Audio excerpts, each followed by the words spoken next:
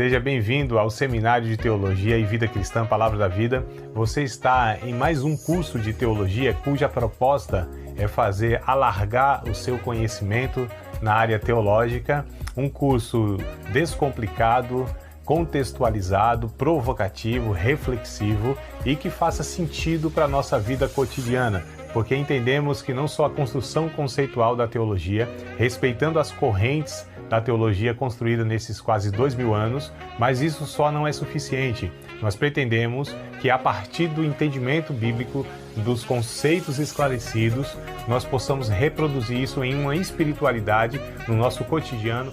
Vamos dar continuidade? Vocês querem que eu continue algum ponto da última aula, no finalzinho, enfim, da aula passada, de repente assistiram de novo ou lembraram de alguma coisa, quiser, né? Os pontos ficaram tranquilos para vocês, claros? A importância de nós termos a Bíblia Sagrada como sendo a única referência nossa a respeito de doutrina, de verdade. Nós podemos consultar livros aos montes, né? Sejam de informação cultural, geográfica, histórica, enfim. E todos os livros de teólogos, os escritores, né? Elaborações teológicas, eles sempre precisam ser peneirados pela Bíblia. E é claro que o exercício de um não exclui o outro, porque se também os teólogos eles são aqueles que dedicam a sua vida para interpretar a Bíblia e a gente lê, né, cada um deles, para que a gente, porque eles são assim, peritos, na verdade. A gente vive um momento no nosso país que onde as pessoas elas pensam que entendem de tudo. As redes sociais, como algum teólogo disse, deu voz a todos. As redes sociais, elas deu microfone àqueles, bem-vindo meu nome, bora lá, paz. As redes sociais dá a impressão que as pessoas entendem que tem opinião para tudo, isso é perigoso demais, né? E nós temos uma geração que de fato tem muita informação, que nunca houve, né? Antes nunca houve esse despejamento, esse acesso à informação. Eu me lembro, e alguns aqui vão lembrar comigo, porque é da minha geração, que para nós termos informação, a gente tinha que ir para uma biblioteca, a gente tinha que ler livro, copiar na folha ao maço. Lembra desse negócio aí? Né? Hoje não, e graças a Deus por isso. Eu não estou aqui, né, dizendo que era melhor antes, pelo contrário, graças a Deus que a gente tem todas essas ferramentas, tem coisas boas e coisas ruins. Mas não é nem isso que eu quero falar, eu quero dizer que as pessoas hoje, elas pensam que entendem das coisas. Então tem muita informação, mas para conversar 10 minutos com uma pessoa a respeito de um assunto. Ela não chega nos 10 minutos, ela não tem conteúdo para se aprofundar, porque tem informações sobre tudo de uma forma superficial. E existem os peritos, eu costumo falar, quando a gente vai lidar com qualquer área da nossa vida que a gente julga ser importante, a gente procura as pessoas mais preparadas. Em qualquer área, né? A gente precisa de um médico que seja bom, né? Não apenas um médico, mas seja uma referência e tal, né? Se a gente vai procurar um advogado, que seja também um especialista, enfim, qualquer profissional, qualquer coisa que a gente entenda que é importante para a nossa vida, a gente procura as pessoas mais preparadas que a gente entende que seja. Porque em relação à Bíblia, a gente pensa que não há essa necessidade de procurar uma pessoa, de ter referências de pessoas que de fato elas sejam reconhecidas na história e no meio, né, no ramo que a gente diz. Por que a gente acha que com a Bíblia não vale o mesmo critério, não vale a mesma regra? Então, ao mesmo tempo que a gente lê esses teólogos, a gente precisa entender que a Bíblia é o parâmetro para eles também. Mas que se nós não tivermos esses teólogos, ou as teorias, ou que eles vêm elaborando, são 2000 anos, amados, que nós temos. São 2000 anos, né? Então, assim, a boa teologia, ela resiste aos 2000 anos. As ruins, elas vão se desfazendo ao longo do tempo. E as novas que vão surgindo, é para a gente desconfiar, porque será que não houve, ou melhor, será que houve alguma coisa que em 2000 anos não foi tratado? Será que reinventar a roda? Como a gente está abordando nesse movimento de batalha espiritual? Isso tem 100 anos, né? Mais ou menos em 1920, alguma coisa assim. Tem 100 anos. Nunca foi abordado. E muito menos dessa forma que é abordado. Então a gente precisa ter muito cuidado com essas referências, porque nem todo mundo que escreve teologia é uma teologia boa. Nem tudo que a gente fala nos púlpitos, que a gente ouve, nem tudo que as nossas igrejas cristãs, evangélicas, nem tudo que os pastores, os pregadores, por mais sejam honestos, por mais que tenham o seu caráter cristão, sinceridade, honestidade não é tudo, irmãos, diante da verdade. Como a gente falou, o Paulo, aliás, em Romanos, se não me falha a memória, ele diz o seguinte, que os judeus, eles tinham zelo de Deus, sem entendimento. Paulo disse que não vale nada. Né? Zelosos por Deus, mas sem entendimento. Defendiam Deus, mas sem compreender. O próprio Paulo, ele fez isso na sua vida, perseguiu a igreja, e ele disse em Atos que ele fez isso entendendo que estava defendendo Deus, entre aspas, né? Defendendo ele. Ele disse que estava fazendo isso com zelo, e ele era sincero, era honesto, mas era sinceramente enganado. Então a gente precisa ter muito cuidado. As escrituras é o nosso parâmetro de fé, amados, de regra, de prática, tá? Mas o que eu quero falar hoje é sobre a queda da raça humana. Esse é o ponto que eu quero compartilhar com vocês. A queda da raça humana. Entendermos isso. Obrigado, Alessandro. Bom, então a gente começa falando o seguinte: o homem é um ser decaído e debaixo do juízo de Deus. O homem, o ser humano, é um ser decaído, né? Ou seja, depravado, e essa palavra é no sentido moral e espiritual, tá? Na teologia a gente fala sobre a depravação total da raça humana. O ser humano, na sua essência, na sua natureza, é mau, é ruim. A graça de Deus, e a gente chama de graça comum, ela refreia, e a gente não sabe como isso se dá. Não tenho ideia, e nem penso que alguém tenha ideia de como se dá essa dinâmica, de que por que umas pessoas elas se mostram tão ruins e as outras nem tanto, e até em circunstâncias parecidas. Uma mesma família, você tem dois irmãos, um de má índole e o outro não. Obrigado biblicamente, né? Falando. Dois filhos da mesma barriga, né? Exato, Jacó e Esaú, enfim, né? Biblicamente nós temos aos montes, mas na nossa experiência isso é mais que evidente. Na mesma cultura, nas mesmas condições, né? Então você tem um contexto, por exemplo, Karl Marx, ele diz que o homem é produto do meio. Biblicamente isso não se sustenta. E nem biblicamente e nem sociologicamente, porque você tem um contexto, por exemplo, de grande violência, né? E de fato o homem é afetado pelas referências, fato, isso é um fato. Só que você tem aquele que rompe isso. O ser humano é um ser inteligente, ele pode romper esses processos na sua vida. Sociológico, eu estou dizendo, né? Psíquicos também. Por isso que aí tem os psicólogos, né? Para ajudar nesse processo aí e tal. E a gente está falando, ó, sem intervenções espirituais, entre aspas. Só que eu entendo, amados, que Deus, como governa o mundo, como governa tudo, como Deus é Senhor de todas as coisas, eu entendo que até os processos naturais Deus também guia, rege. Deus não se limita à igreja, Deus não é Deus de igreja, Deus não é Deus de gueto, de tribo, de religião. Deus é Deus da sua criação. Portanto, a teologia ela vai abordar sobre a graça comum. O que é a graça comum?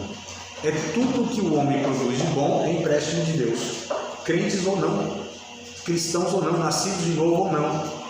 Então a gente não sabe como se dá essa dinâmica de que uma pessoa, porque alguns ateus inclusive querem falar assim, Deus não existe, porque se Deus fosse bom, não existia o mal. Só que a pergunta deve ser feita em que perspectiva? Bom, se o mal não tem freio, né? O mal não tem freio. Quem é que freia o mal? Se o mal não tem freio, por que a gente ainda vê coisas boas? E por que não destruiu tudo então esse maligno, esse mal? Porque, inclusive, a Bíblia diz, é Deus que está por trás, refreando isso. É o Espírito Santo que está refreando essa maldade. E nós, como igreja, inclusive, somos chamados para fazer parte disso como sal da terra. A figura do sal é que interrompe o processo de putrefação da carne. Luz do mundo, sal da terra, nesse sentido. A gente vai refreando essa sociedade que sem Deus seria destruída, mas ainda há um resquício, né, da bondade de Deus nos seres humanos, mas a essência do ser humano é má. Chegaram para Jesus e disseram assim, bom mestre, o que eu hei de fazer para herdar a vida eterna? Jesus repreende, por que me chamas bom? Só Deus é bom. Aí a gente pergunta assim, mas Jesus não era Deus? Só que quem estava se aproximando de Jesus não o reconhecia como Deus, como um rabi, um ensinador lá e tal. Tudo bem. Então Jesus disse, não, eu não sou bom. Ser humano não é bom. Nós somos ruins, irmãos. Se a gente for um pouquinho honesto com a gente mesmo, a gente sabe que a gente não é bom. Né? Para não falar outras coisas aí, né? Mais feias. Nós não somos bons. Vai na nossa ferida, fere o nosso ego. Né? Uns nem precisa tanto, contraria. Se mostra quem é facinho. Né? Então as pessoas são provadas em coisas bem, muitas vezes, simples, e elas já se mostram. É por isso que a gente não se surpreende com ninguém. Ah, fulano, meu Deus, nunca pensei que pastor isso. Nunca pensei, amados, nós somos assim, igual Elias. O profeta do fogo, não sujeito às mesmas paixões. Né? O homem de Deus, o poderoso, opera milagre e tudo. E o Tiago diz, não tem diferença, amados. Nós somos maus. Se não é a graça de Deus na nossa vida, né? Agora, isso é mais evidente. E quanto mais o pecado abunda, mais superabunda a graça de Deus. É igual o filho, né? Ou os filhos, né? Tem uns que exigem mais cuidado, mais atenção. Até o outro fica um pouco de ciúme, né? Parece que Deus ama mais, parece que o pai ou a mãe ama mais aquele, né? E aí com Deus fica esse negócio. Não, é porque é mais misericórdia que precisa ser despejado na vida desse. É mais graça, é mais atenção que Deus dá a esse aqui, porque esse aqui é pior. O outro que já entendeu o negócio melhorzinho. Então se tem essa dinâmica. Mas via de regra, e não entendendo tudo essa diversidade, o ser humano na essência é mau, é ruim. Não há absolutamente nada de bom no ser humano, se Deus não emprestar a sua graça, tá certo? Então é nesse tom aqui que eu quero abordar a aula de hoje. Não podemos colocar tudo na conta do diabo. Coloquei aqui uma exclamação. A gente não pode colocar tudo na conta do diabo. Deixa eu falar uma coisa que nem sei se eu anotei isso mais pra frente, mas me veio aqui e não vou deixar escapar da memória não.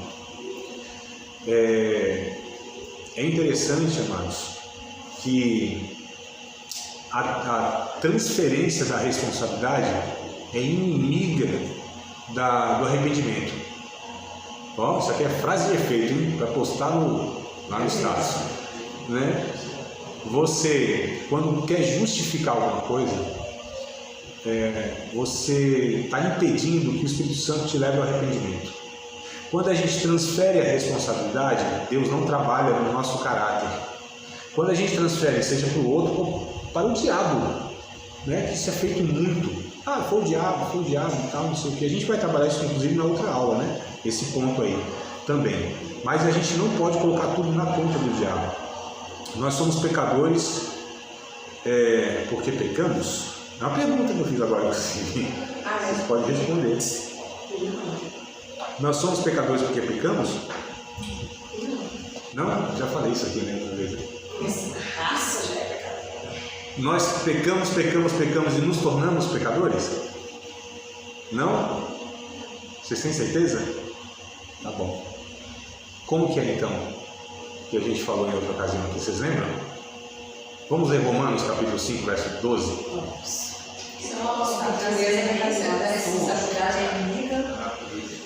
A transferência da responsabilidade é inimigo do arrependimento. É inimigo do arrependimento. Porque quando a gente transfere a responsabilidade, por exemplo, Deus chegou para Adão e disse assim: Adão, quem te mostrou que estava nu? Foi a mulher que o Senhor me deu. Né? Eu abordo isso em palestra para casais, né? O homem sempre colocando a mulher também não é fácil, né? A mulher é isso aqui, isso é transferência, é responsabilidade. Né? O homem tem que dar conta da mulher, velho. A mulher pode ser difícil, mas e aí? Põe na conta da mulher? Aí chegou para a mulher e disse: quem te ofereceu? Foi o diabo, foi a serpente. Então, ó, tudo transferindo responsabilidade, ou seja, não havia possibilidade de arrependimento. Oi? Não foi ele que vai crescer. Não, ele que fez todo aquele processo no start, né? Eles eram responsáveis porque cederam. Então, assim, fui tentado. E aí? A justificativa, não sei o que. Foi o pastor, foi a igreja, não sei o que, não chegaram junto. Nós somos responsáveis pelos nossos atos. Quando nos tornamos adultos, amados, e a gente hoje está num negócio assim muito, muito ruim mesmo. A gente está num vitimismo absurdo. Todo mundo é vítima. vítima da sociedade, vítima não sei o que, todo mundo é vítima, ninguém assume os seus B.O., como diz o outro, né? Academicamente falando aqui, né? Assume os B.O. e tal. No signo? É verdade. É verdade. Não, eu disse lá, eu sou de escorpião, é por isso que eu sou assim. E estava no estado cristão, eu falei, nossa, estranho. Se fosse pelo menos de leão, igual eu sou de agosto, sou de leão. Meu signo é leão.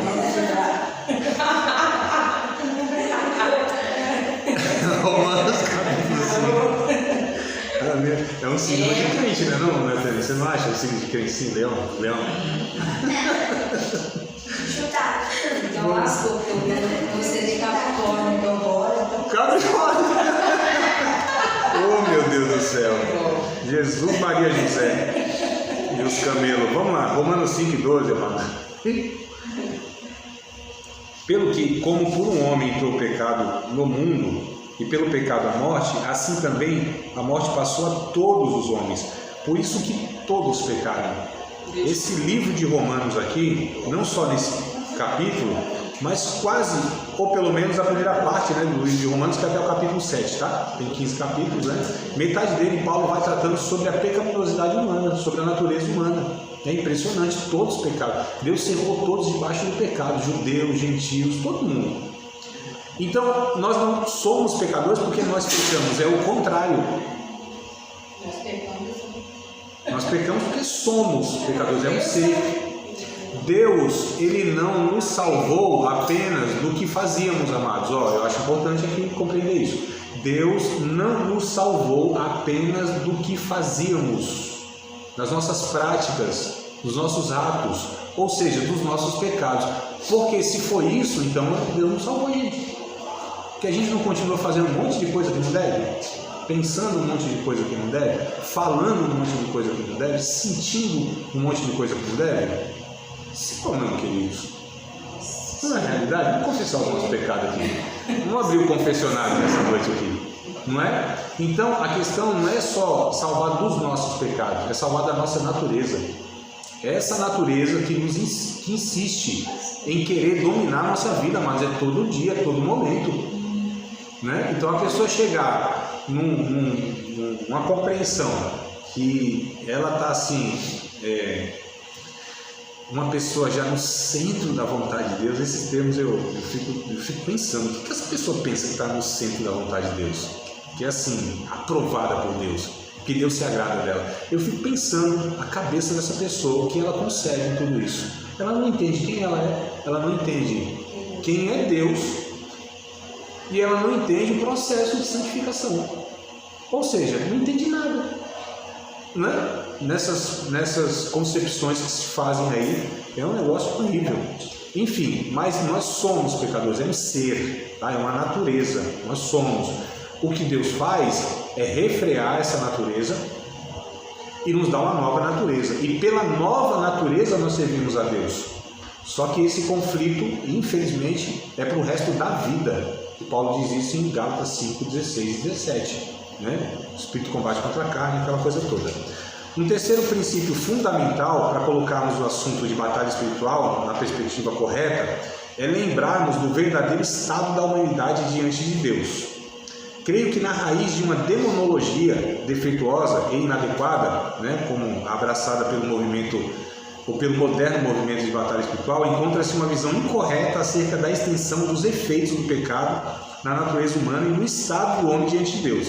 Em outras palavras, falta o conceito bíblico de que o homem é um ser decaído moral e espiritualmente e debaixo do juízo de Deus. Porque esse conceito de batalha espiritual, o que eles fazem? Eles excluem toda a responsabilidade humana. Não, a pessoa não é um promíscuo, ele não é um adúltero. Ele adulterou, mas foi companheiro. Então, tudo é demônio, né? Tudo é espírito. Espírito de preguiça. A mãe não fica lá com o menino, né? Levanta essa cama, você está com espírito de preguiça. Não, espírito de preguiça é outra coisa, né? Então, assim, a gente fala assim, mas não existe maldição hereditária? Nós vamos trabalhar isso um pouco mais para frente. Para mim, existe má educação hereditária. Maldição hereditária, eu não encontro isso na Bíblia. Má educação, sim, depois eu explico, tá? Do que isso aí. Mas então desconsidera toda essa realidade que o homem é um ser moralmente. Olha que coisa interessante, decaído, né? Um dia, irmã, agora recente, poucos dias atrás, disse: o fulano tá com os filhos com magia e tal, né? Eu, não, é o caráter do teu marido que é assim. O caráter dele. Ele é um cristão e está nessa situação, então ele não tem um caráter cristão, não é demônio. É o caráter dele. Então vamos tratar o caráter dele. Vamos falar sobre as responsabilidades dele como um homem e que se diz cristão ainda, porque não tem demônio. Se tivesse demônio seria muito bom. Vai ser excelente se fosse demônio. Expulsava e acabou. Não é? Que é mais fácil expulsar demônio, é bem mais fácil. Usa o nome de Jesus, a autoridade de Jesus e tal, né? Aquela coisa toda.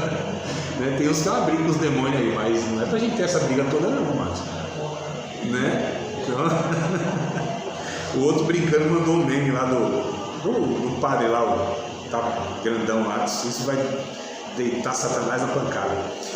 O pecado original de Adão foi herdado por toda a humanidade, e que mesmo que o homem caído retenha a habilidade para escolher, veja bem, ele está escravizado ao pecado e não pode não pecar. O homem não pode não pecar, mano. Vocês entendem isso? O homem não pode não pecar. Não tem condição dele não pecar.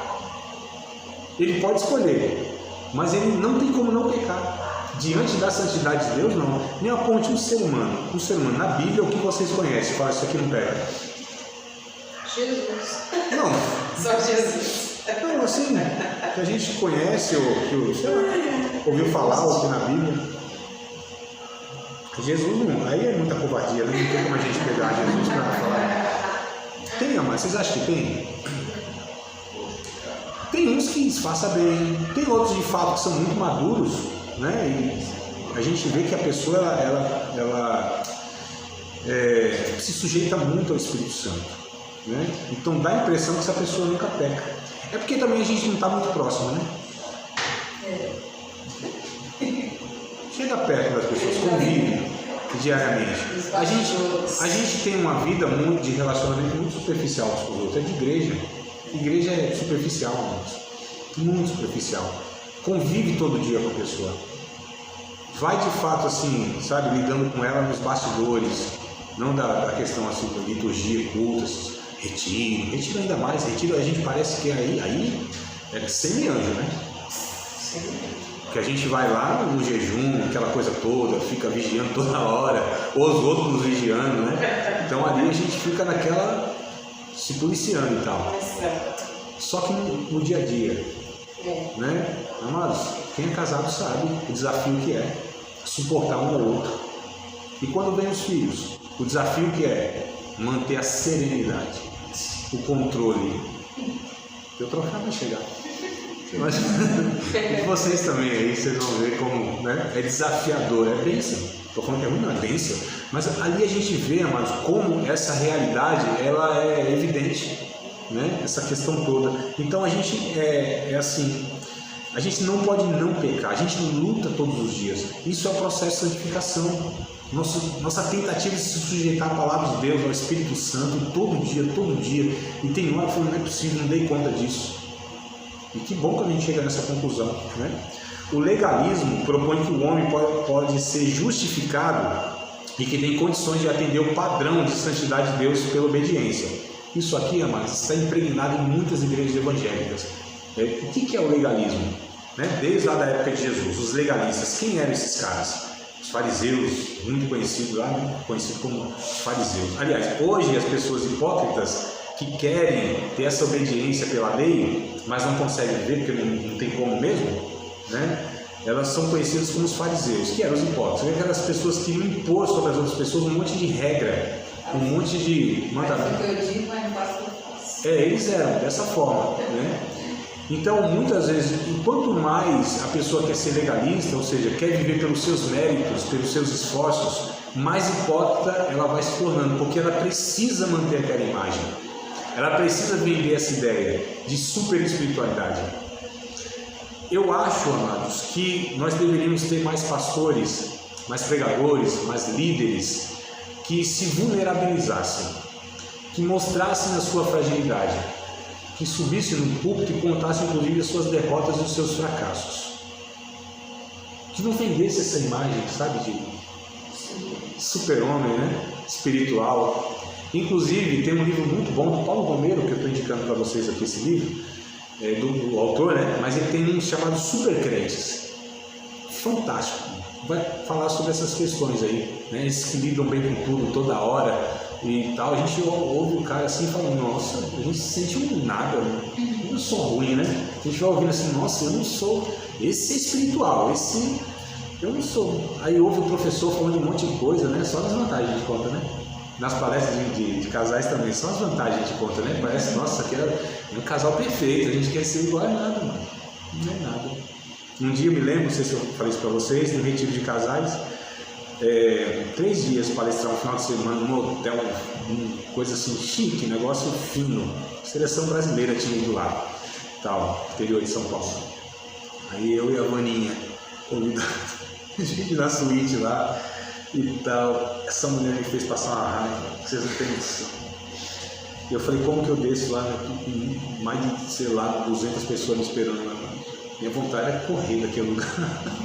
Correr.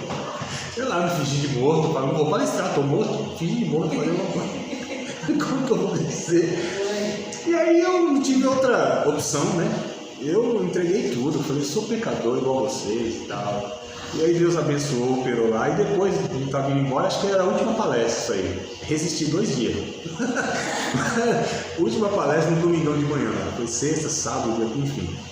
E aí então, porta-mala aqui, colocando as bagagens para ir embora, chegou um casal, meu irmão, falou assim, rapaz, falando com a minha esposa assim, palestrante bom você, viu? Gostei de você, porque você se colocou no mesmo barco que a gente, aí, você fez igual a gente, né? Eu falei, você não sabe nada, eu sou pior do que você, meu irmão. Então a gente precisa entender, amado, essa dinâmica, a gente tem que ter muito cuidado com essa super espiritualização, né? A gente tem que considerar de fato quem nós somos. E não temos condição nenhuma de fazermos um monte de coisa para alcançar coisa nenhuma. A corrupção da natureza humana, né, que eu quero apontar aqui, com esse termo se queria indicar a degeneração, a perversão, a depravação ou a decadência espiritual e moral a qual a raça humana ficou sujeita após o pecado dos seus primeiros pais, Adão e Eva. O grande problema nosso é, como eu falei, tem um livro aí chamado... oh meu Deus, tão conhecido, vi um bocado de vezes, ele mesmo, várias vezes. Heróis da Fé, vocês já leram? Muito conhecido, já leram? Vocês já leram, amado? Heróis da Fé? Não? É um clássico. Espírito da Fé. Não, Heróis da Fé. 20 ou 21 a biografia, não é? Os homens, só os top da galáxia, né? Só os top. Então assim, George Whitefield, Spurgeon, Martinho Lutero está lá, Calvino, tem, enfim, todos esses aí que revolucionaram o mundo, né? E tudo mais.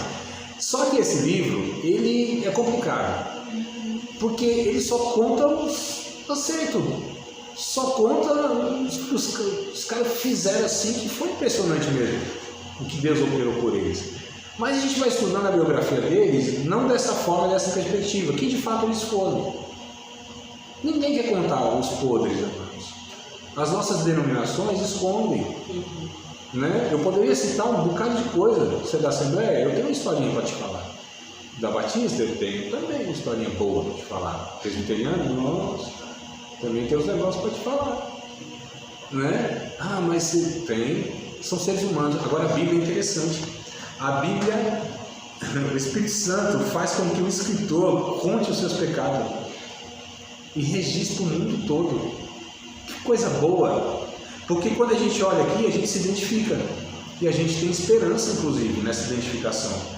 É por isso que eu acho que a gente deveria trazer mais os erros, inclusive, de muitos desses heróis da fé. O Davi não deixou de ser homem de Deus.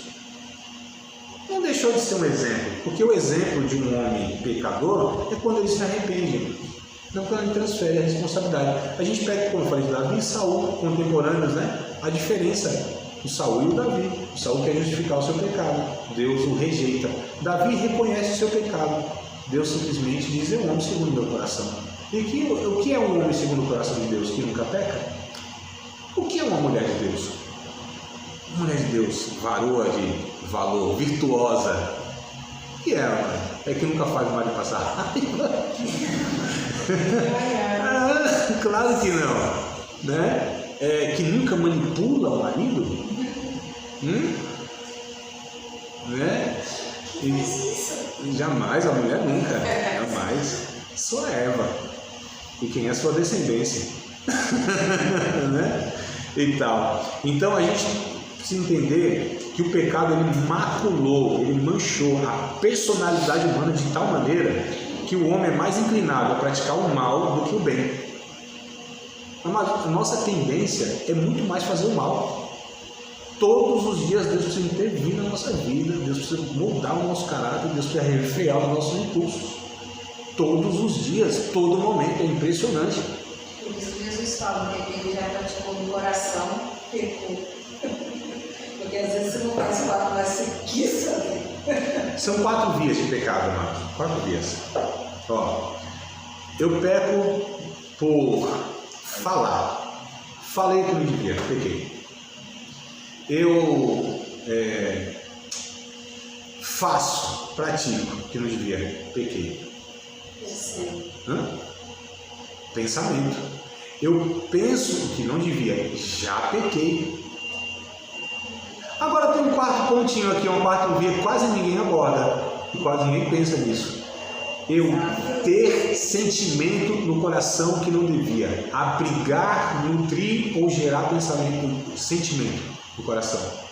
Então, ó, sentir o que não deve, pensar o que não deve, falar o que não deve ou fazer o que não deve. Quem de nós nunca, né? Por essas 4 vias, às vezes num dia só. Aí aquele que diz não, já está pecando. Porque quem diz que nunca mentiu, por exemplo? Eu estou falando depois de convertido, cheio de Deus, cheio do Espírito Santo, vaso, obreiro, missionário, professor. Quem nunca mentiu? Só para igualar a gente assim no nível da régua para baixo. Então a gente precisa ter o conhecimento de quem nós somos. Nós somos inclinados a praticar o mal. Quando a gente pratica o bem, é uma surpresa. Quando eu pratico o mal, eu não me surpreendo com ninguém, nem comigo mesmo. Eu nem confio em mim, muito menos nos outros. Não tem, sabe, que decepção. Ah, meu Deus, fiquei desiludido assim com a irmã. Nunca pensei que ela ia falar mal de mim desse jeito. E a gente estava projetando uma pessoa o quê? Que não cabe a ela. Quando isso acontece, ou seja, quando a pessoa acerta, glória a Deus. Isso é a graça de Deus. Eita, é Jesus bom, né? Que opera na vida desses pecadores. Agora, quando isso não acontece, mas é a natureza humana se manifestando. É o vacilo. A gente não se surpreende. É por isso que quando a gente tem essa perspectiva, a gente exerce a misericórdia sobre a vida das pessoas. Coisa tão difícil da gente praticar. Misericórdia. Porque a gente vive no legalismo. Nessa perspectiva falsa, nessa ilusão de que nós somos tão bons assim, que quando um que não é tão bom ou se mostra, ou não se mostra tão bom, aí a gente exerce a maldade nossa, que é a misericórdia. Oh, que loucura! Meu Deus do céu! A gente é tão bom que quando um ruim se manifesta diante de nós, a gente pratica a maldade diante dele, porque a gente não tolera quem não é tão bom quanto a gente está se mostrando ser. Só que a gente, de uma forma paradoxal, a gente pratica o que é ruim, não exercendo a misericórdia, a empatia. Percebam, amados, como a gente é totalmente errado, totalmente desvirtuado, tortos por natureza. Então a gente precisa compreender isso. Nossa inclinação é de fato. O primeiro casal criado puro e inocente, não é o nosso caso.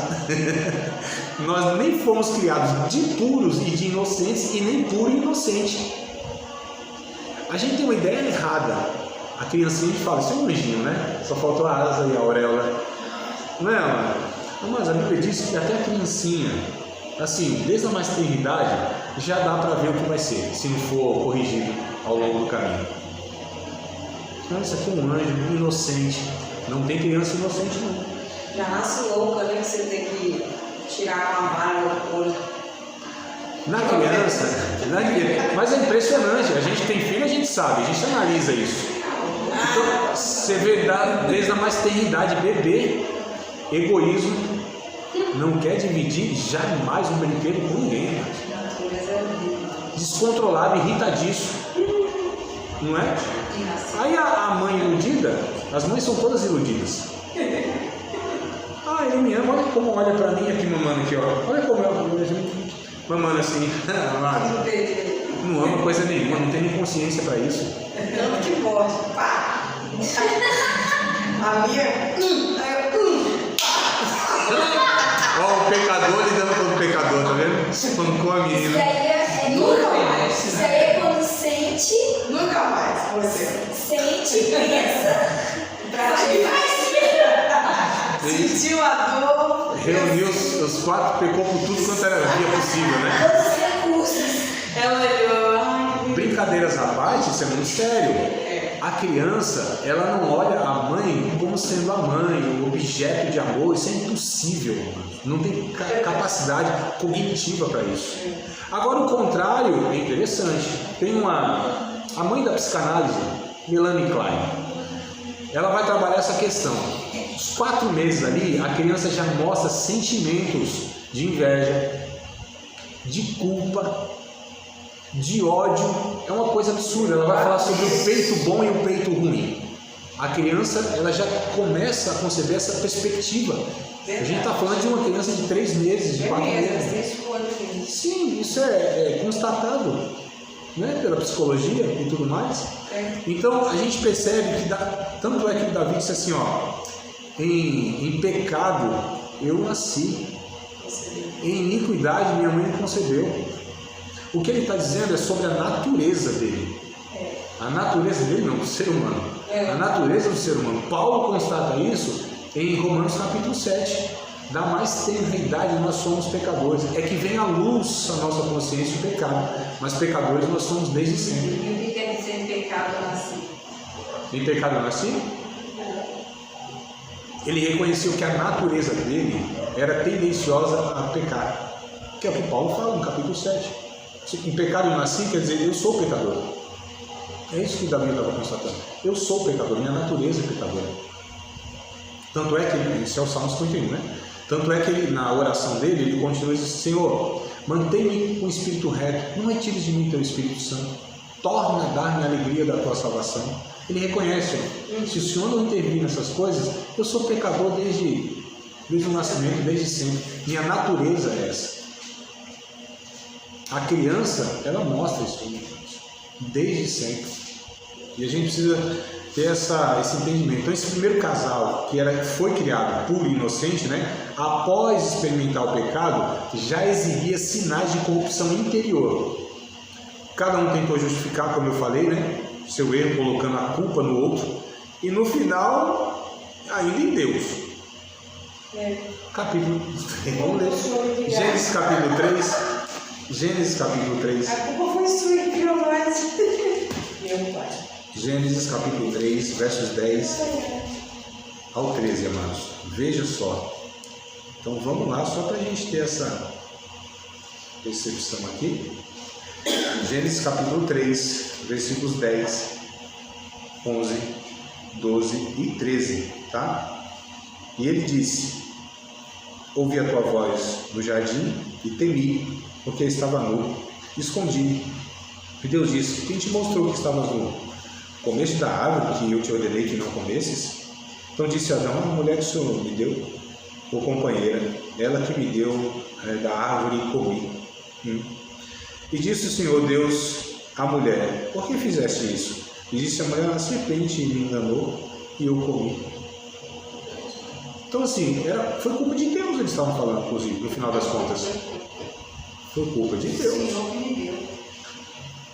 Foi culpa de Deus, irmãos. Não é nem que eles estavam transferindo, lógico, tem sim essa transferência para o outro, mas no final das contas ali, o Senhor na verdade fez as coisas erradas, né?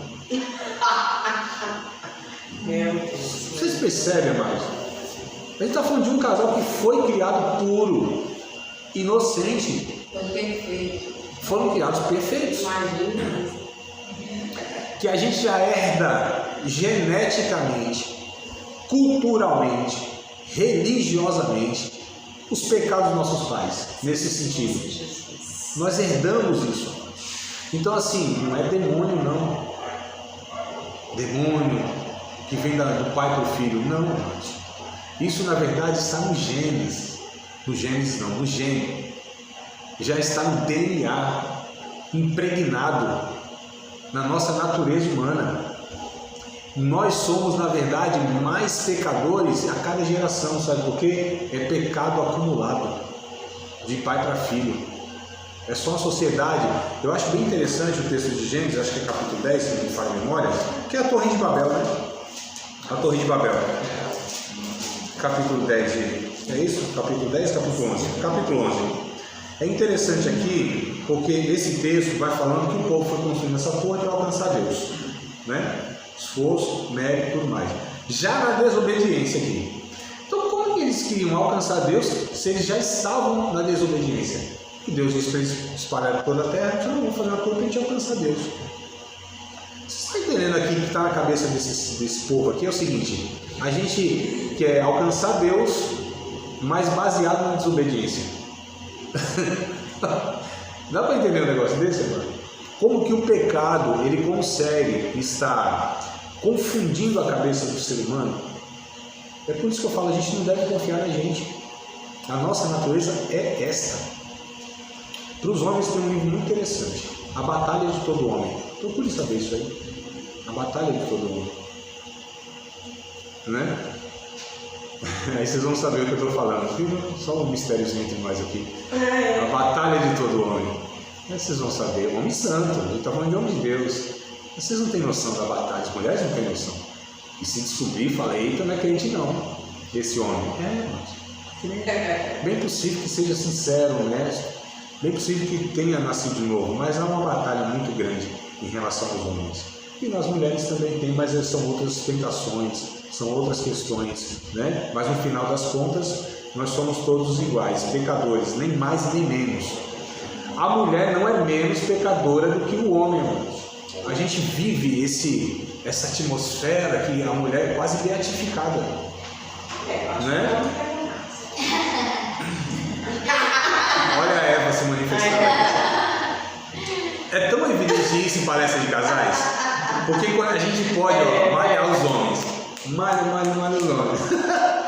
Aí quando vai falar com as mulheres, mano, meu Deus do céu, elas não olham pra gente no final do culto. É sério, não tô brincando. Fica brava, esse palestrante tá tudo errado, não concorda. Um homem concordou. Mas olha só que coisa curiosa. A mulher, ela é da mesma massa. É que o homem externaliza mais. O homem, ele vai até as últimas consequências. O homem, ele mostra mais o seu pecado. A mulher é mais sorrateira. Será? Não, é fato. Não, será? Não tenho dúvida do que eu estou falando.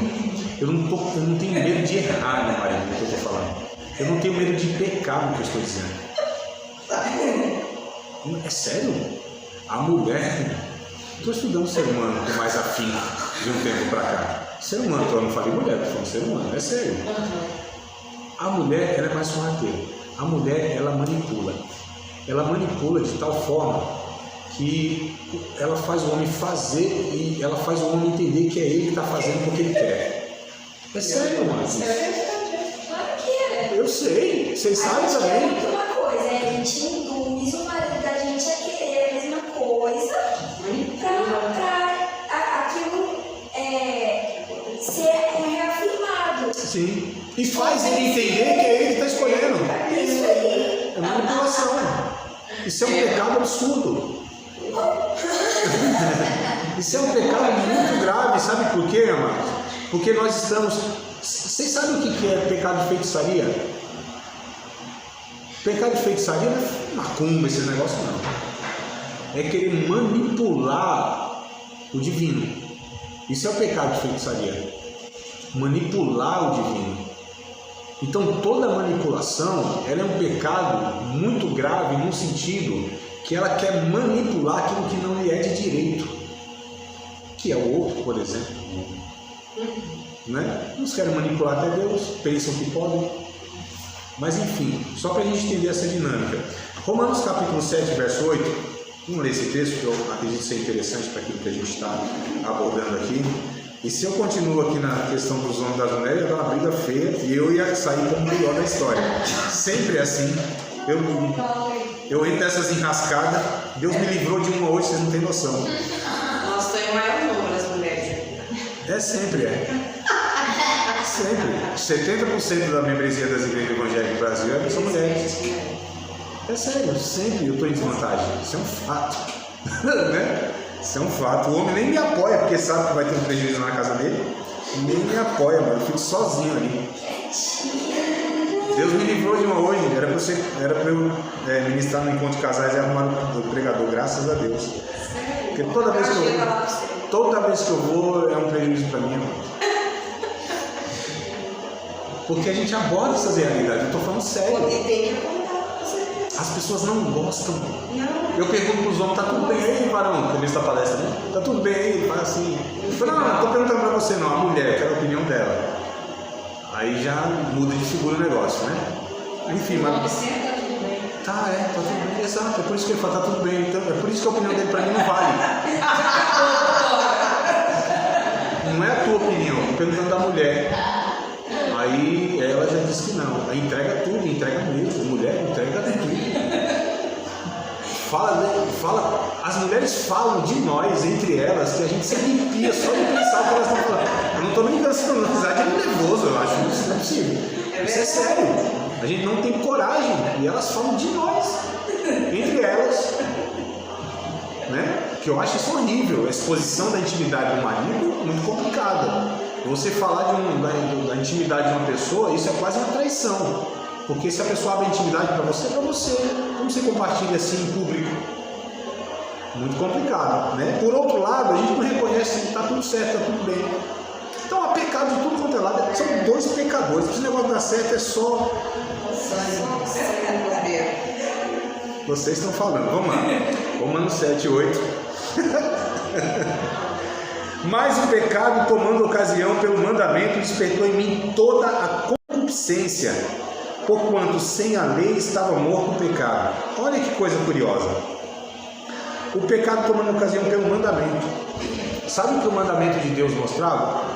Nunca houve um único ser humano em todo o Antigo Testamento que foi salvo pela lei, mano. Nunca. Abraão, vocês pensam?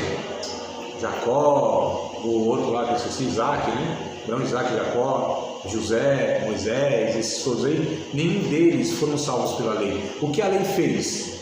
Mostrou, na verdade, o grau. Como o termômetro, o que o termômetro faz? Ó,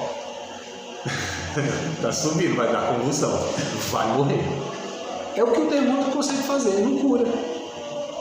Ele só mostra a gravidade, né? No caso lá da inflamação e tal, a febre, aquela coisa toda. A lei é a mesma coisa. Mostra só a gravidade do pecado. Tá ruim. Olha quantos mandamentos você quebrou aqui. Então a lei vai mostrando quanto nós somos pecadores. E um mais do que os outros, porque vai quebrando os mandamentos de Deus. É por isso que Paulo diz aqui no capítulo de número 7, em que nós estamos lendo, o verso 12. Eu li o 8 mais o 12. Ele diz: a lei é santa, o mandamento é justo e bom. O problema é o homem. O grande problema é o homem. Interessante aqui, amado, no capítulo 7, vamos regredir um pouquinho. O verso 1 em diante aqui. Não sabeis vós, irmãos, pois que falo aos que sabem a lei, que a lei tem domínio sobre o homem por todo o tempo que vive? Esse é um dos grandes problemas. Porque a mulher está sujeita, olha que coisa interessante a comparação que ele faz, ao marido, enquanto ele viver, está ligada pela lei, mas morto o marido, está livre da lei do marido. De sorte que, vivendo o marido, será chamada de adúltera se for do outro marido. Mas morto o marido, livre está da lei, e assim não será adúltera se for do outro marido. O grande problema é que o marido aqui é Deus e não morre. Estão lascados. É a santidade de Deus. Na comparação aqui, o marido é Deus. Se Deus morresse, se a lei deixasse de existir, se a santidade de Deus não fosse para nós um problema, senão aí estava tudo certo. Mas o problema é que Deus não morre. A santidade de Deus, infelizmente eu digo nessa perspectiva aqui, tá? Ela mostra para nós que nós somos insuficientes, somos pecadores. Quem conhece Deus, quem mais conhece, eu acho tão interessante isso, quem mais conhece Deus, essa pessoa, ela tem a real noção de quem ela é, pecadora. Agora esses equivocados aí, para não falar outra palavra, para não pecar na palavra, mas já pequei no pensamento também. Tá vendo? Até falando de coisa boa eu peco. Até dando uma aula de Bíblia eu peco. Não tem jeito, amado. O que você está pensando aí, só Deus sabe. Ao meu respeito. Então aqui é a sala de pecadores. Nós nos reunimos como pecadores diante da santidade de Deus. O que acontece é o seguinte: a gente chega diante de Deus, tem as experiências com Deus, e a gente vai tendo uma ilusão de que a gente está sendo mais santo, não é? Só que os homens da Bíblia, e alguns homens que eu conheci, quanto mais se aproximam de Deus, mais eles se sentem pecadores, e mais têm a consciência aguda de que de fato não merece mais absolutamente nada, e não se relacionam com os outros como se fossem superiores. Aí a gente vê uns equivocados aí, como eu falei que não ia pecar, que eu pensei um bocado de coisa, eu falei equivocado porque está sendo gravado, a teologia precisa manter uma imagem, né? Então assim, eles têm um equívoco assim, quanto mais Deus usa, quanto mais eles, né, entre os seus pares são tidos como homens de Deus, essas pessoas, elas se sentem superiores, pensam que são merecedoras, acham que Deus as usa por causa dos méritos delas, dos acertos, da obediência, da fidelidade, da devoção, da entrega, da renúncia. Ou seja, é o contrário do que a Bíblia nos mostra. Eu gosto muito de pensar na luz. Quanto mais você se aproxima da luz, mais você vê as suas imperfeições, né? Por exemplo, se eu colocar uma luz no meu rosto, eu vou ver os meus poros, o tanto de espinho e de cravo lá dentro. Então Deus é assim, quanto mais eu me aproximo dele, mais vai clarear quem eu sou aqui dentro. Eu gosto de pensar assim. É por isso que Jesus disse aqui em João capítulo 3, verso 9, a condenação dos religiosos, dos santos segundo a religião, é que a luz veio ao mundo e os homens amaram mais as trevas do que a luz, porque as suas obras eram más. Porque todo aquele que faz o mal aborrece a luz, não vem para a luz, para que as suas obras não sejam provadas. Mas quem pratica a verdade vem para a luz, a fim de que as suas obras sejam manifestas, porque são feitas em Deus. Vocês querem ver, amados, a luta grande que eu tenho entre pastores, em grupos de pastores, pregando para obreiros, a luta é enorme. Quando eu posto um textozinho meu daqueles lá, que alguns acompanham nas redes sociais, vocês não têm noção. A luta que é a resistência dos pastores. E eu já começo falando, a gente tem que pôr na vai nossa cara, né, amados? Né? Postei um negocinho de líder abusador aí esses dias, tal, aí um pastor ali e tal, né? Eu falei, ué, mas por que ele achou ruim? Será que ele não sabe que eu estou falando dele mesmo? Caralho, você come? Hã? Caralho, você come? É, amados, então não somos nós, amados, a gente precisa ter muito cuidado. A gente não está num processo de evoluído em relação aos outros, principalmente nós, porque nós manipulamos também. A gente quer fazer muita coisa que não nos é autorizada. Então a gente percebe que essa é a realidade nossa, tá? Então a graça de Deus deve ser aquilo que media as nossas relações entre Deus, entre nós, né? Conosco. Essa é o que nós usamos como um mecanismo de sobrevivência, a graça de Deus. Aí eu coloquei Gálatas 5, 16, 17, que vocês já conhecem, e Romanos capítulo 3, verso 9, essa eu quero ler com vocês, tá? Gálatas 5, né, 16, 17, que é bem conhecido, não vou listar, mas se vocês quiserem. Romanos capítulo 3, verso 9 ao 20. É que Gálatas 5, 16, já falei tanto aqui, né? Que Paulo diz, olha, a carne cobiça contra o espírito contra a carne, eles se opõem-se um ao outro para que não façais o quereis e tal. Então ele mostra esse conflito para os cristãos, para os nascidos de novo, só para a gente entender que nós, ao aceitarmos a Cristo, a sermos regenerados, a termos os nossos pecados apagados por Deus, é por isso que Deus se relaciona com a gente, dessa forma de nos chamar de filhos, não é porque nós deixamos de pecar, não é porque nós de fato estamos atendendo à vontade de Deus, É porque o sangue de Cristo que media isso. É porque a graça de Deus agora ajustou para Deus aquilo que são os nossos desajustes. É por isso que a Bíblia nos chama de justos. Por que a Bíblia nos chama de justos? Porque somos justos. Porque Deus está nos ajustando a cada dia e a sua graça te dá condição de fazer isso. Mas nós somos desajustados. Porque se não fôssemos desajustados, não precisaria Deus continuar nos ajustando. É lógico isso, né? Eu acho lógico. Né? Mas enfim, trazendo aqui para Romanos, capítulo de número 3, verso 9 em diante, vamos ler aqui, queridos, para a gente entender essa dinâmica.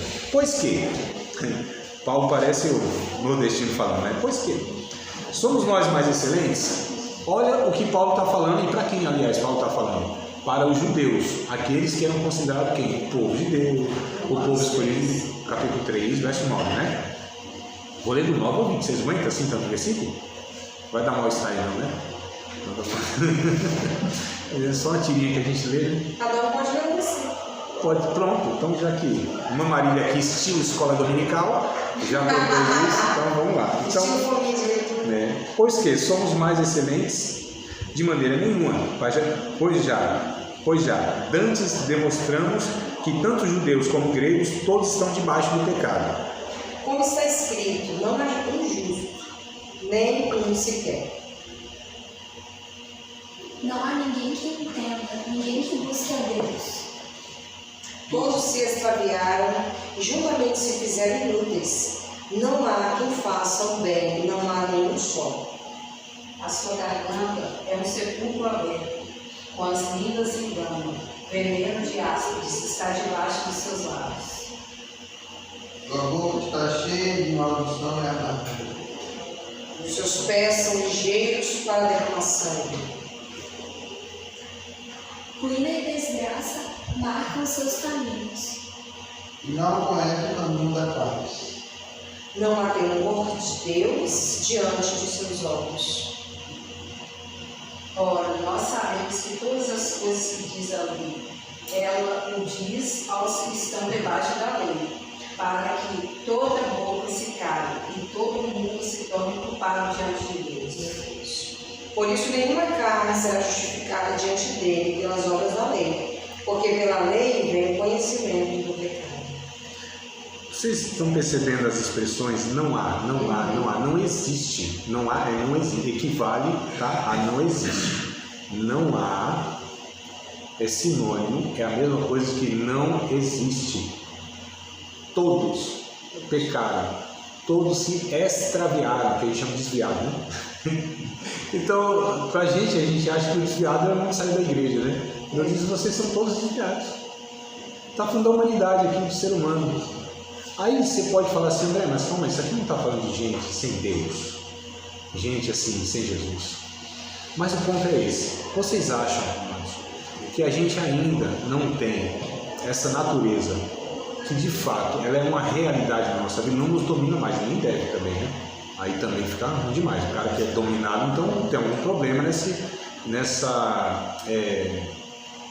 sua realidade que ele acha que se converteu e que nasceu de novo, né? O nascer de novo é não ser mais dominado pelo pecado, mas ainda enfrentar pecado, cair em pecado. E eu não estou falando isso para justificar não, mas estou falando isso como uma realidade inevitável.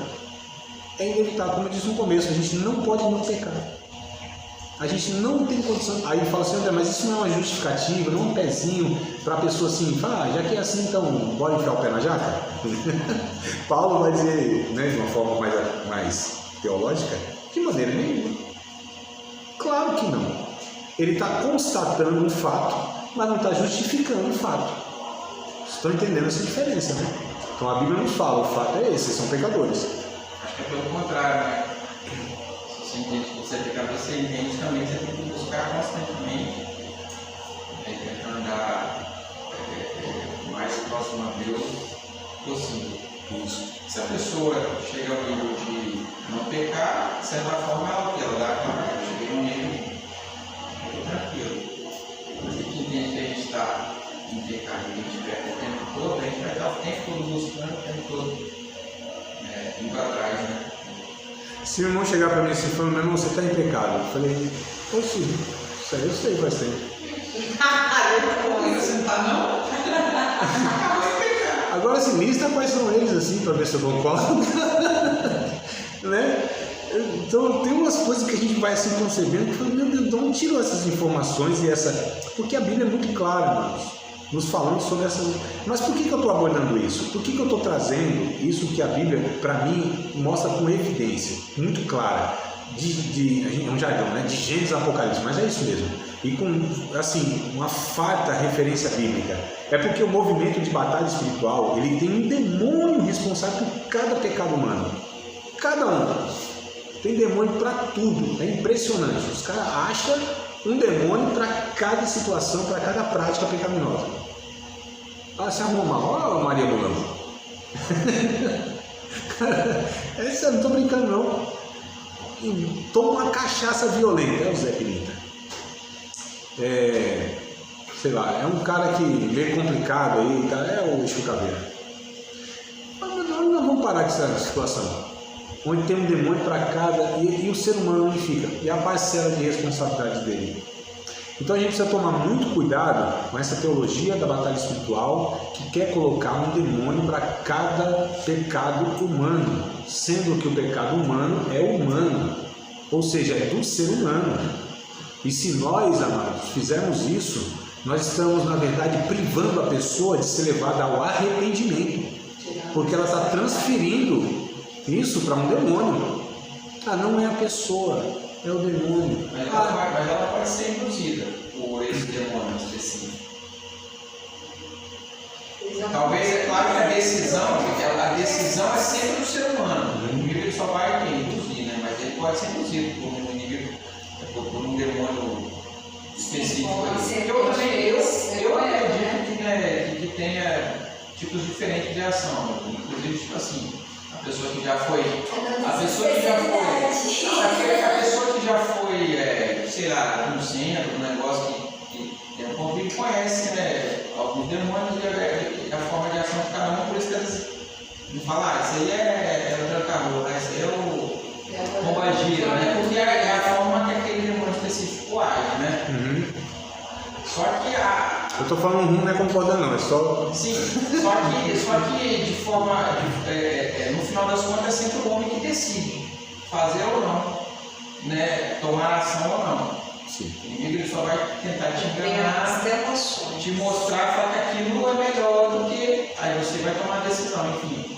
A decisão do homem, no caso, é o que você está querendo dizer, né? Mas aí o inimigo específico ele pode induzir em setores específicos também, né? Olha, Fernando, o Satanás, ele é tentador da humanidade. O que esse movimento de batalha espiritual faz, que para mim é um equívoco, primeiro essa questão, de onde tiraram essa informação, como eles chegaram a essa conclusão de que o demônio X, o nome é esse e a especialidade dele é essa. De onde tiraram isso? Porque a Bíblia não dá nenhuma informação sobre isso. E é por isso que a aula anterior eu frisei sobre a suficiência das Escrituras. Então o grande problema da batalha espiritual, um dos grandes problemas, é justamente eles querem definir, detalhar a ação de demônio. Esse demônio faz isso, esse demônio faz isso, esse demônio faz isso. De onde tiraram essa informação? Da Bíblia não foi. Então aí que é o perigo. Então nós estamos nos baseando em informação de onde? Experiência pessoal. Né? Você pontuou, mas o cara observou tanto que falou, esse demônio que faz isso, então o nome dele é esse. Calma aí, então a minha experiência pessoal que vai gerando o ensinamento, a doutrina, esse é o ponto que eu estou colocando aqui nas duas aulas para cá. Isso não deve ser assim, não é assim que a gente trabalha quando a gente vai falar de doutrina bíblica. É Bíblia, não é experiência pessoal.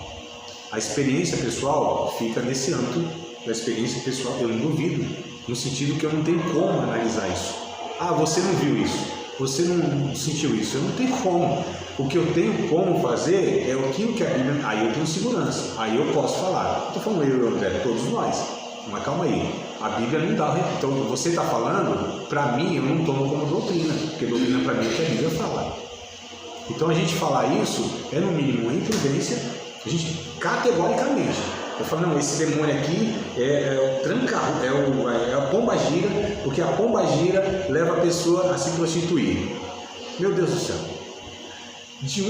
Como nós chegamos a essa conclusão? Então, esse movimento de batalha espiritual vai se basear na experiência de cada um. Quando não, das referências do satanismo ou do espiritismo. Então, vocês estão percebendo as fontes que está sendo recorrida para chegar a essas conclusões? Isso que é muito complicado. Mas o mais complicado não é nem isso. O mais complicado é que, de fato, isso, nessa elaboração, nessa condução de entendimento, essa pessoa vai sendo excluída da responsabilidade dela, que é o demônio. É sempre o demônio, não é tratado o caráter, esse é o ponto. Porque a gente pode até falar, não, calma aí, tá, a gente entende, é o demônio aqui, mas a pessoa também é responsável. Mas nesses processos dessa batalha espiritual, isso não é levado em conta, amados. Isso que eu quero que vocês entendam. Tá? Esse movimento não enfatiza isso, não coloca sobre, e não trabalha caráter, é só nessa espiritualização de que tudo é demônio e resolvidas as coisas, se expulsar o demônio, se fizer alguma coisa nesse mundo espiritual, nesse âmbito. Então espiritualiza aquilo que não cabe a espiritualização nesse sentido. Não sei se vocês lembram, acho que na primeira aula eu falei, a gente não pode tratar de uma forma material o que é espiritual, ou espiritualizar o material, e nem materializar o espiritual. A gente não pode inverter a ordem das coisas. Identifica-se de onde é aquela origem. Né? Então, por exemplo, uma origem de uma má índole, de um mau caráter, essa é uma origem humana, né? O espírito de mentira é porque é pego um texto lá do Antigo Testamento onde Deus enviou um espírito de mentira sobre os profetas e tal, aí querem pegar esse texto e querem aplicar dessa forma genérica, né? Já começa por aí, Antigo Testamento, complicado você pegar como fonte de doutrina se o Novo Testamento não ratifica isso. Segundo ponto, desconsidera, inclusive, a responsabilidade humana, quem interpreta e aplica dessa forma. Então, a pessoa é mentirosa, é mau caráter. É simples assim. Existe possessão demoníaca, que é outra história. É outra coisa, não é o que nós estamos falando e nem é o que a batalha espiritual ela vai pontuando nesses casos específicos, tá? Nesse caso específico. Então é isso que eu queria que a gente pensasse e o que, assim, a Bíblia ela apresenta aqui para mim é muito claro. Fora desse movimento de batalha espiritual, porque não haverá, não tem, amados. Esse é o ponto também que eu acho que a gente deveria pensar bastante. Não tem, fora da batalha espiritual, essas interpretações. É isso que eu falo, será que esses caras reinventaram a roda, redescobriram a roda assim? Tipo, 1900 anos, inclusive os teólogos de hoje não concordam, não abordam, os teólogos sérios com todo mundo, a gente está falando de centenas reconhecidos, só esse movimento que na origem a gente sabe como se distorceu, e o que esses caras falam é uma coisa absurda, a gente vai falar sobre, não acabou a matéria, eu ainda vou falar um bocado de coisa, né? Como eles elaboram, o que eles afirmam. Eles falam sobre mapeamento espiritual, você tem que achar, inclusive o demônio eles se alojam em determinadas partes do corpo. Você tem toda enfermidade, eu estou falando de alguns teólogos, a afirmação de alguns, né? Que são os cabeças, tá? São os cabeças, são os caras de referências. Eles vão falar, né? Esse William Marion Branham, por exemplo, ele nega a trindade. Como que você leva a sério teólogos que vão, assim, distorcendo as doutrinas assim, principais da Bíblia? Muito complicado. Os caras estão acertando tanto nesse negócio do demônio, estão errando no simples. Nossa. Ele diz que toda enfermidade é um germe de Satanás. Satanás plantou um germe lá. Então, a gente vê umas declarações e fala, meu Deus do céu, não é possível que a gente tenha como referência esses caras. Não é possível que eles estão acertando tanto nessas coisas que todos os outros teólogos não concordam. Esse é o ponto. Sabe o que muitas vezes é a questão? São as nossas referências, irmãos. São as nossas referências de teólogos, nossas referências desses comentaristas. Esse é o ponto, né? Mas o que eu quero enfatizar aqui, e o grande problema é esse: a Bíblia não traz a segurança para afirmar essas coisas. Então, onde a Bíblia se cala, eu também me calo.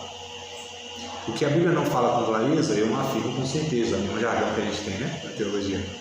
Então a gente precisa ter muito cuidado em sempre uma coisa, ela vai de alguma maneira acarretar em outra. Por exemplo, essa concepção de que tem demônio especialista ou demônio que faz especificamente isso ou aquilo, vai tirando a responsabilidade do caráter da pessoa. E aí pode ver, não é um discipulado que eles recorrem, não é tratar essa pessoa, o seu caráter, é sempre pela via da espiritualização. Ou você, de fato, faz lá alguns rituais, algumas coisas, para o demônio sair, tem que ter algumas coisinhas, mano. Tem que ter, né? Ou vai ungindo aí com óleo algumas partes, alguns objetos, ou tem que quebrar um objeto lá porque o objeto está macumbado. Eu falo, calma aí, então, mas a pessoa em si, o caráter, a índole, nada? Não chama para responsabilidade? Não vai tratar a questão em si das pessoas envolvidas? Essas pessoas não estão com isso. Você quer dizer que pode, deixa eu tentar situar aqui a situação. O ser humano tem sua parcela de culpa, tem sua parcela não, tem sua culpa. E pelo que eu estou entendendo, não, o culpa se aproveita de falha nossa e ali ele coloca mais coisas, já sabe sua fraqueza, vamos dizer. Sabe sua fraqueza, através daquilo que ele já sabe, ele te ajuda. Em relação ao homem, diante de Deus, a culpa é só do homem. Em relação ao homem. O homem, Deus é A respeito do homem, em relação a Deus, a culpa é só do homem. Jesus morreu por causa da culpa do pecado do homem. Satanás, ele não é colocado nessa relação entre Deus e o homem como uma pessoa que também vai ser culpada por causa das ações do homem. Satanás vai ser julgado por causa do seu pecado, né? Agora, Satanás entra na história. Do pecado do homem? Do ser humano. Em relação a Deus? Tentação, só tipo. Em relação a Deus, não. Não é. Em relação a Deus, não. É o homem Deus, é isso que a gente precisa entender. É o homem Deus. Jesus, veja bem, Jesus, ele entra aqui, presta atenção, queridos, o homem, Deus. O homem ofendeu Deus, seu pecado, não é isso? Jesus entra no meio aqui para reconciliar essas duas partes, resolver esse problema do homem que não conseguia. Onde está Satanás? Não está nesse processo. Ele não está nesse processo. Satanás tem o seu pecado, que é de rebelião contra Deus, vai ser julgado. Agora, o que Satanás faz em relação ao homem? A gente precisa... Vocês estão entendendo as questões aqui? A gente está falando de Deus e o homem, Satanás e Deus. São questões distintas. Então, o homem e Deus, Jesus resolveu essa questão. Satanás e o homem, aqui há um ser que ele quer destruir a imagem e semelhança de Deus. Então é fato que esse ser aqui, ele vai usar das armas contra o homem, que é o seu próprio pecado. Então, o papel dele, tentador.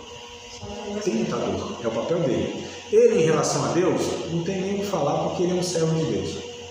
Trabalho na Deus. Essa é a questão que você participar de mais uma aula de um dos nossos cursos, Seminário de Teologia, Vida Cristã, Palavra da Vida. Espero que tenha te abençoado, não só alargado o seu conhecimento teológico, mas que tenha também atingido o teu coração para que você possa a cada dia mais reproduzir a vida de Deus nas suas relações cotidianas. Se você ainda não é aluno oficial de um dos nossos cursos, se inscreva aqui no contato que vai aparecer do WhatsApp. Também nos siga nas redes sociais, se inscreva no nosso canal, compartilhe à vontade e Deus